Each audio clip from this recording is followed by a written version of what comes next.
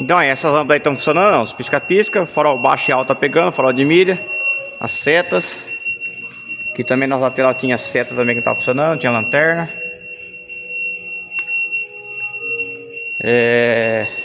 Aqui tem alguns LED queimados aí, ó, precisa trocar ainda. Aqui o painel tacógrafo já deu certo, ó, voltou a funcionar. Ali também o marcador ali também, ó, KM também funcionou. Também tá com problema no painel aqui, ó, luz de óleo e bateria tá funcionando, tá apagando certinho, tá desligando a chave agora.